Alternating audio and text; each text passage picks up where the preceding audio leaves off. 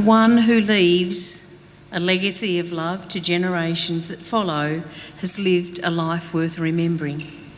And the one who leaves footprints on our hearts has left a story worth telling. But the one who leaves happy memories dancing in our thoughts has given the gift of timeless moments worth holding in our hearts forever. I speak of Kay Kelly. A very warm welcome to you all this afternoon as we gather to say farewell to Kay, but as well to honour and celebrate her life. We come with heavy hearts, but also with deep love, shared memories and a gratitude for a life that she lived. Today is a time to pause, to reflect and to support one another as we say goodbye to someone who meant so much to her family and those who knew her. My name is Delma Carpenter, and along with Kim and the staff at Westella, we thank you for giving us the privilege of being part of Kay's farewell today. A little housekeeping, if you haven't done so already, now is a really great time to turn your mobile phones onto silent. Kay was a woman whose life story was marked by resilience, love, hard work and an incredible ability to adapt and endure. Life was not always easy for Kay. She faced more challenges and health struggles than most, and yet time and time again she showed an extraordinary strength.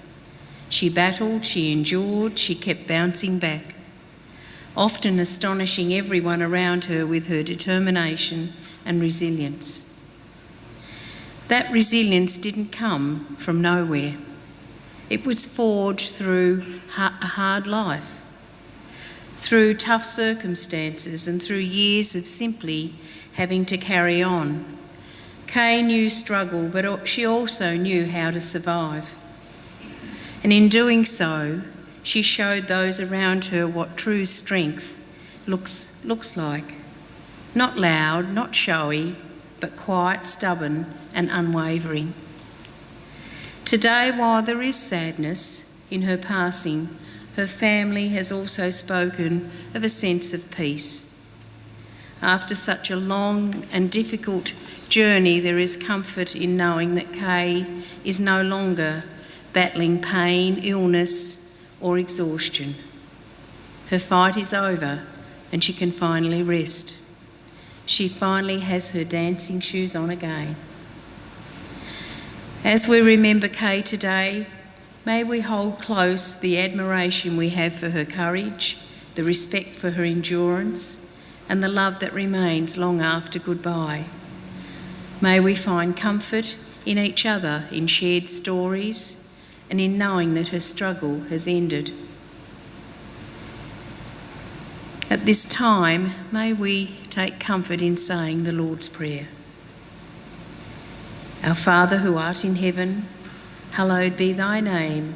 Thy kingdom come, thy will be done on earth as it is in heaven. Give us this day our daily bread, and forgive us our trespasses as we forgive those that trespass against us. And lead us not into temptation, but deliver us from evil. Amen.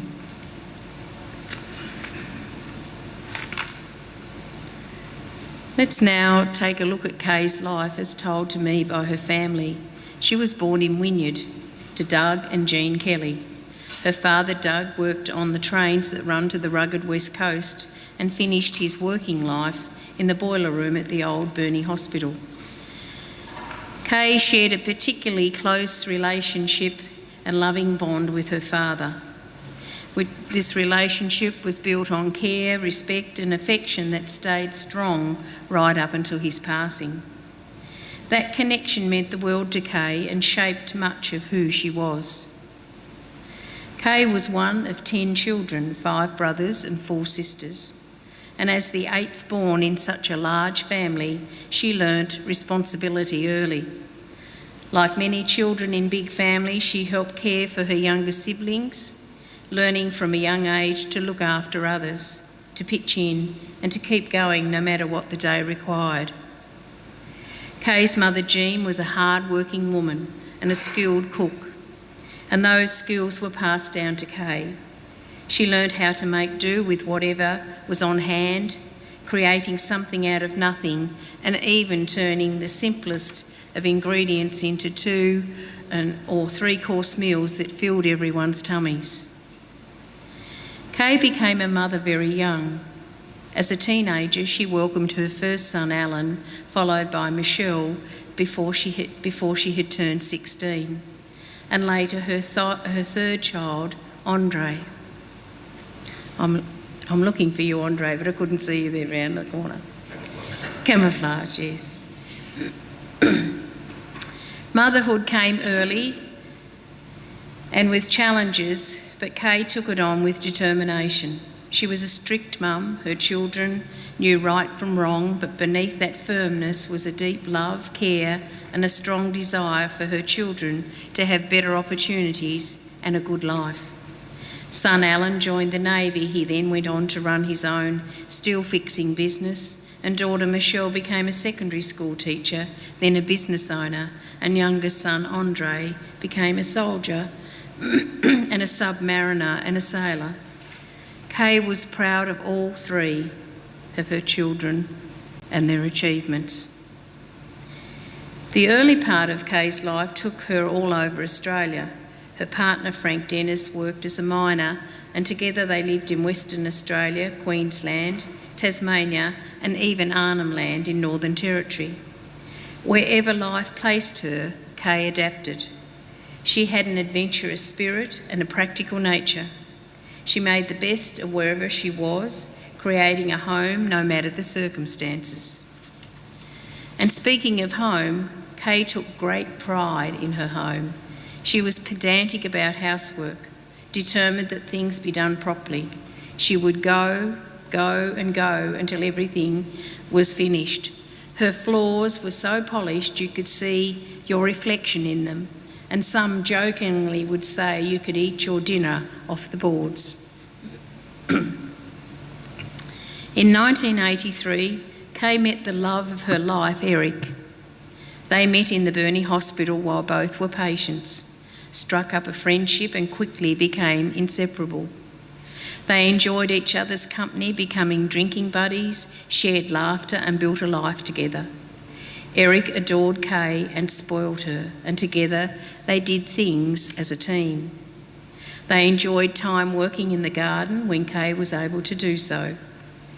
With Eric playing darts and 8-ball, Kay supported him fully, becoming secretary of the darts club, organised, reliable and committed, just as she was with all things. Together they also worked doing maintenance and repairs at youth hostels around the state. Eric and Kay shared simple pleasures like listening to the horse races on the radio, trying to pick the winners and having a friendly $2 bet between themselves. It wasn't about the money, it was about the fun and the sharing the moment together. Kay was famously lucky and a bit tinny too. She won a brand new car and didn't even drive, a Harley Davidson motorbike and a $900 baby seat and all sorts of other prizes that seemed to fall into her lap. Kay loved sport, not playing it, but watching it. Anything with a ball or wheels had her attention. Tennis, cricket, football, motorbike racing and car racing. Sport was something she truly enjoyed, and it gave her connection and conversation. One particularly special tradition was her footy tipping competition with her son Andre. Every footy season, Andre would ring Kay each week to get her tips, something they both looked forward to and treasured doing together. Not only sport Kay liked to watch on TV, she was an avid watcher of the American drama show Jag and a huge fan of Home and Away. Was even a bit sad when the final episode for the year was aired and would count down the days until it returned in the new year. Kay had a naturally happy disposition. She enjoyed the company of people, even though she wasn't a great socialiser. She didn't need crowds or constant activity. She was content just being around those that she cared about, listening, observing and quietly taking it all in. Kay was also honest and straightforward and said exactly what she thought.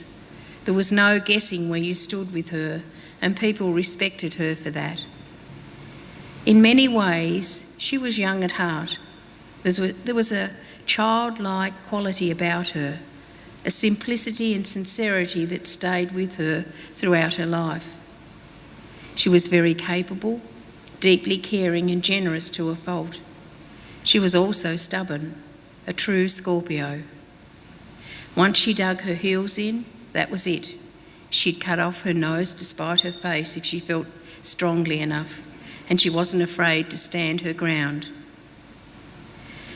Kay was a second mother to many of her nieces and nephews, and she became a favourite auntie to more than a few.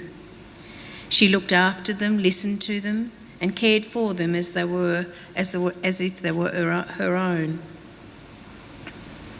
Family mattered deeply to Kay, and she gave of herself freely to those that she loved. She was also a good listener and a good judge of character, often seeing the good in people even when others might not. She believed in giving people a chance and had a quiet way of understanding others. When it came to her sense of humour, Kay took after her father. He was hilarious and loved telling yarns. Kay was the same. She loved telling stories about people and recalling funny events. Kay liked buying for others, especially her grandies. She was a dear nana, Kay to her 10 grandchildren, Lee, Otis, Logan, Tylen, Isabella, Claudia, John, Rory, Lance and Miles, and her 13 great-grandchildren, Ronan, Liana, Sonara, Gabrielle, Victoria, Luther, Reggie, Lila, Cleo, Kai, Jet, Liliana, Olivia, plus little baby Ava, who is due next month. I think little Ava's in the front row here. Nana Kay was very proud of her grandchildren and liked to know what was going on in their lives and never stopped asking after them. As we mentioned before, Kay's life was marked by significant health struggles for many years. She battled more than most people could imagine, enduring illness after illness, setback after setback. Time and again she amazed everyone by bouncing back. Her resilience stunned those around her, at one point managing life while taking up to 48 pills a day. She fought hard for every extra day, every moment with her family. Kay's life was not easy, but it was strong. She loved fiercely, worked tirelessly, adapted endlessly, and endured bravely. Her legacy lives on through her children, her family, and the many stories that will continue to be told. After a life of 78 years, Kay left our world, but will never be forgotten by those who loved her. I'd now like to invite Michelle and Andre up, and they're going to share some stories with us.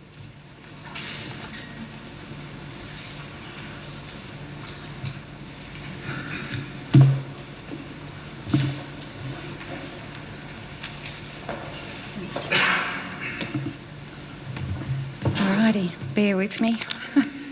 Not easy. All right, firstly, thank you to everyone here today to honour Mum. She would have been over the moon to see each one of you here.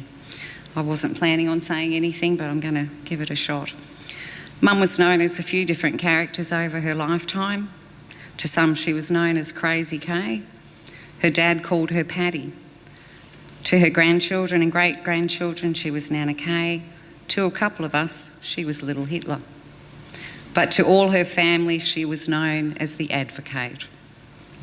Mum was the information highway to all. If somebody needed to know what was going on, they would ring her to find out.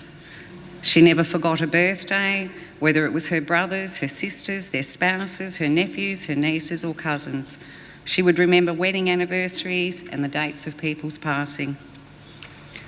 She was a font of information and many times the one keeping everyone in the loop.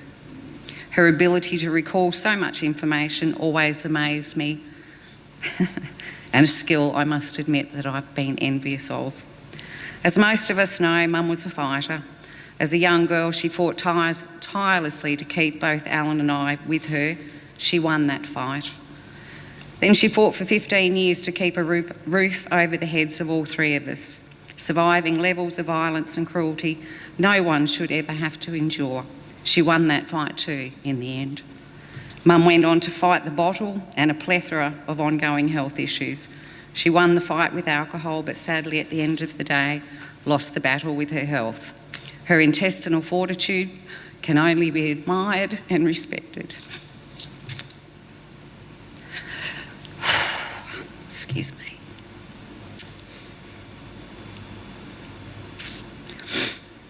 I'm yet to meet anyone who has lost their mother, do not wish to have had more time with them, one more phone call, one more opportunity to visit, perhaps stay a bit longer. I feel blessed to have had Mum with me for the past 3 years, to see her every day. For me, it has been time well spent and I would not change it for the world. I'm going to miss the times when we would start out having a bit of a giggle that would escalate into hysterical laughter, where both of us would have tears streaming down our faces and struggling to draw breath. To have shared with her the moment of her loving and very peaceful passing is an experience that I have no words for. It will stay with me for the rest of my life. I will be forever grateful. I love you, Mum, always have and always will. Thank you for all the memories, good and sad, and for our wild ride that we called life. Until we get to hold hands again, I know that you are never far away. Thank you.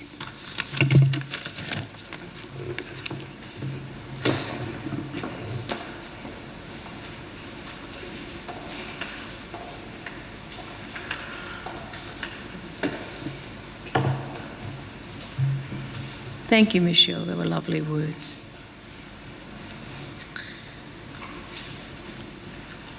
We now have an audiovisual presentation, something very special. It's visual memories of Kay, but also of her speaking and laughing and telling stories.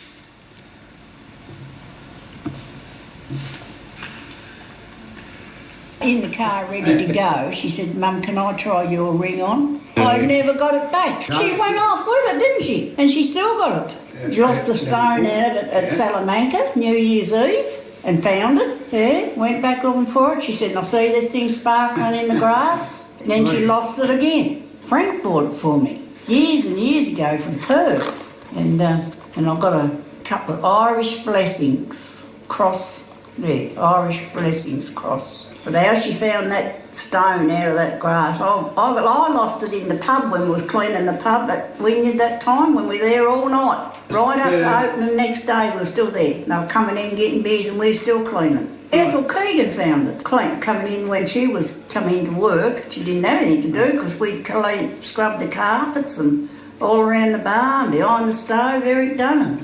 We were still there when the pub opened. Oh dear, and we went home and had a shower and that and come back. Went through a couple of wet and dry vacuum cleaners. Geez, that wasn't it dirty. It was filth. And I went in, when I had a shower and come back, Ethel Keegan said, "I think I found something belonging to you." And it was the ring that your mother's got. It must be a lucky ring. Oh, I want it back. I got to get it back all in the net and everything for New Year's Eve. Every time I blew a balloon up, I had to go on my puffer. Well, no one else could blow them. More than that, we had them in the net and pinned them down from the ceiling. Midnight coming, Eric had to... He was bursting more than what he was cutting the net.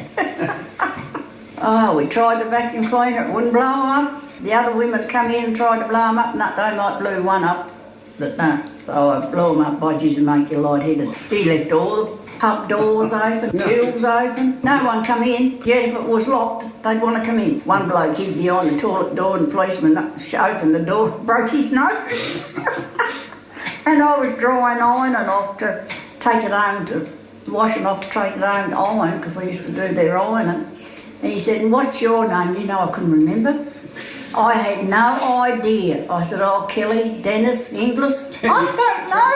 And we had to walk home. And the ute, we had old Sid's ute. We had to leave it at the pub because it wasn't registered. And we had to walk home. And Derek said, "You stupid bitch. Every time we come to a fence, you sit down and get the fitty googles when you're saying to the police, 'Now you should have given me a lift home. I'm an asthmatic.'" He kept saying, "You'll get locked up." Ah, dear. And next day, or afternoon, I was still in my night in dressing gown. He said, "The police are here." I said, "Don't tell me that." The next minute, knock, knock on the door. "What did you say your name was last night?" I said, "I didn't because I couldn't remember."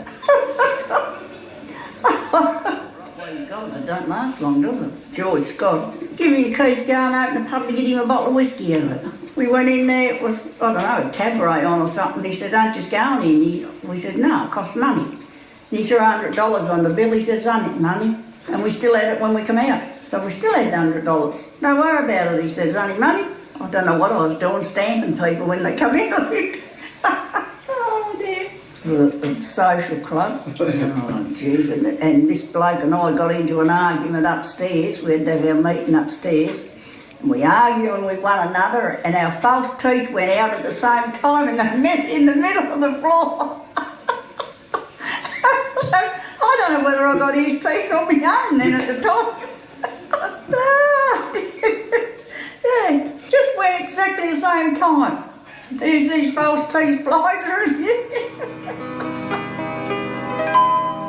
Wasted days and wasted nights I have left for you behind. For you don't belong to me. Your heart belongs to someone else. Why should I keep loving you when I know that you're not true? And why should I call your name when you're to blame for making me blue? Don't you remember the day that you went away and left me? I was so lonely, praying for you only, my love. Why should I keep loving you when I know that you're not untrue?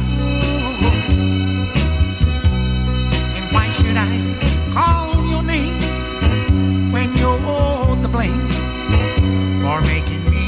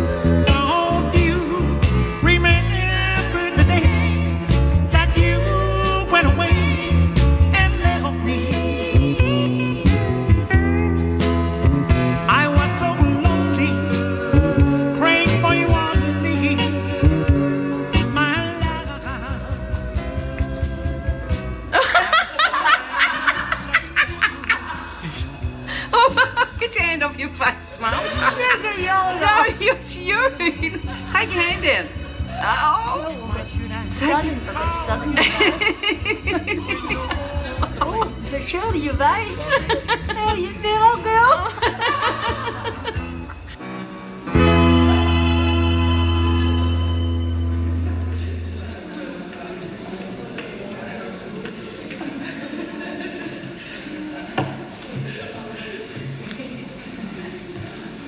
That was very special to hear Kay's voice, and she certainly was a storyteller.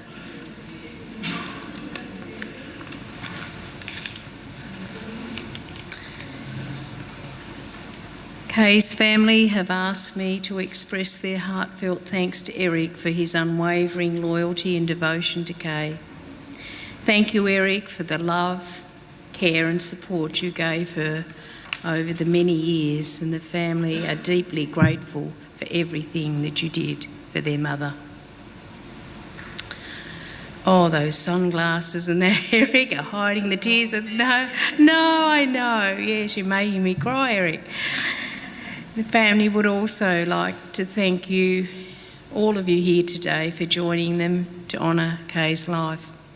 Your presence, kind words and quiet support have been a great comfort during this time. You're warmly invited to join them here for refreshments at Westella House just over the way. And this will be an opportunity for you to share your memories and Kay with the family and each other.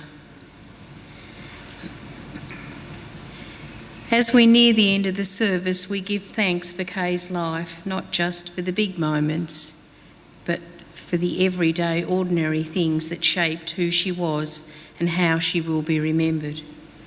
We give thanks for the simple comforts that she loved, a cup of weak black tea made just the way she liked, her massive sweet tooth and fondness for lollies, cakes, cream puffs, cakes and anything that had a bit of sugar involved. These were small pleasures, but they brought a great deal of joy to Kay, and they're the kinds of things that will still make us think of her long after today. We give thanks for her sayings, the familiar phrases that became so much part of her voice and presence. A well-timed bloody oath or an honest, I don't know, said just as it was, simply straightforward and unmistakably Kay. We give thanks for her honesty, her resilience, her care for others and the quiet way she showed love. For the phone calls, the shared laughs, the routines, and the moments that may seem small at the time, but now mean everything. And most of all, we give thanks for the time we were given with her.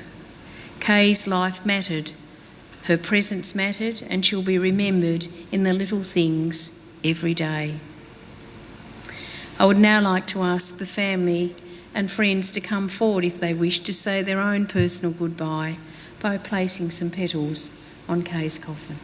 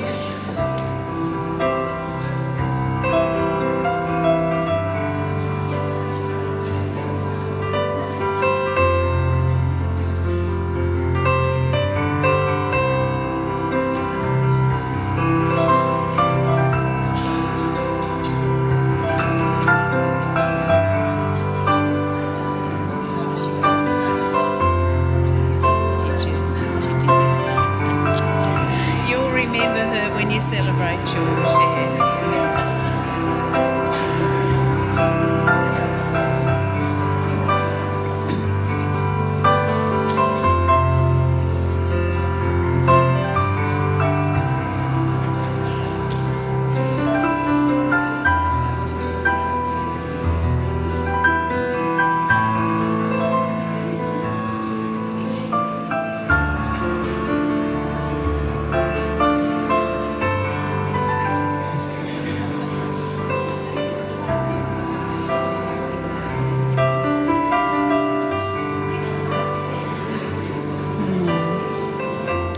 Sadly, we've come to the part of the service where we say farewell. It is now time for the committal. Please stand if you are able.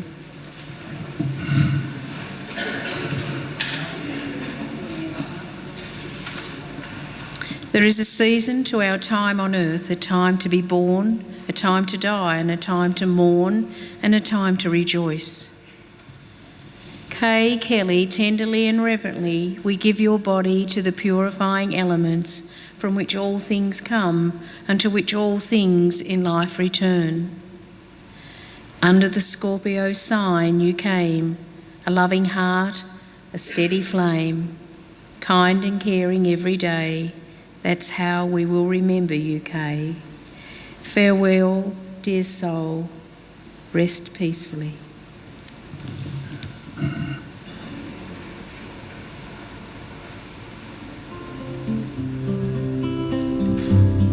When you walk through a storm, hold your head up high and don't be afraid of the dark. At the of the storm is a golden sky and the sweet silver soul of a lover. Walk on through the wind, walk on through the rain, though your dreams be tossed and blown.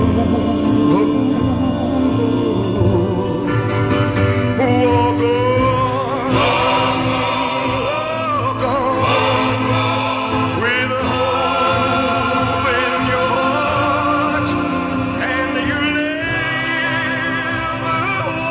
walk alone.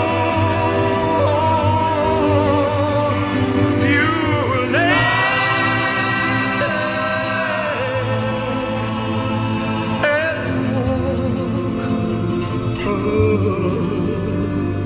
walk alone.